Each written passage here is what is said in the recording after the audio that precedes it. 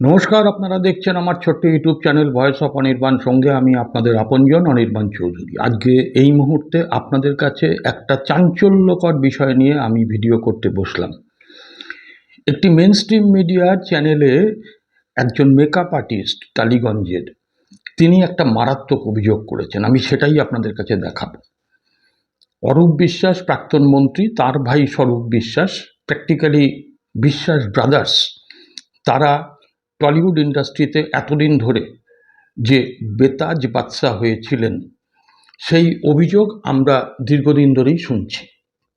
শুধু তাই নয়, এই স্বরূপ বিশ্বাস, যিনি মানে ওই টালিগঞ্জ ইন্ডাস্ট্রিজের একজন কুখ্যাত লোক, সেটা তো তার সম্পর্কে অভিযোগ হয়েছে এবং তিনি গ্রেপ্তার হয়েছেন গতকালই। সেটা আপনারা দেখেছেন এবং দেখছেন।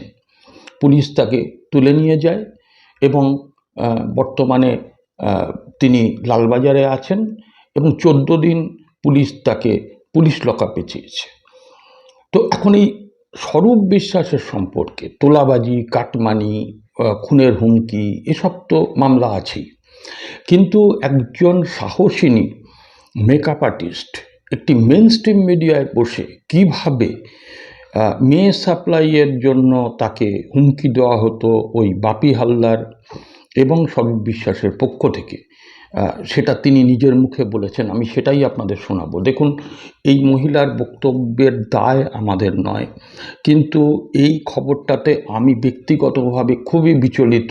শুনেছিলাম অনেকের কাছে, কানে কানে আমার কাছে খবর এসেছিল, কিন্তু এই রকম একটি খবর একটা মেন স্ট্রিম মিডিয়াতে বসে এই সাহসিনী মহিলা যেটা বলেছেন, তাকে আমি স্যালুট করি।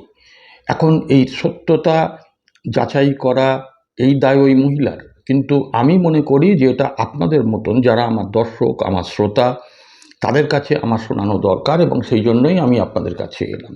যদি চ্যানেলটাকে ভালো লাগে একটু সাবস্ক্রাইব করে পাশের বেল আইকনটাকে প্রেস করে দেবেন, যাতে সর্বাগ্রে আমার সমস্ত ভিডিওর নোটিফিকেশান আপনারা পান।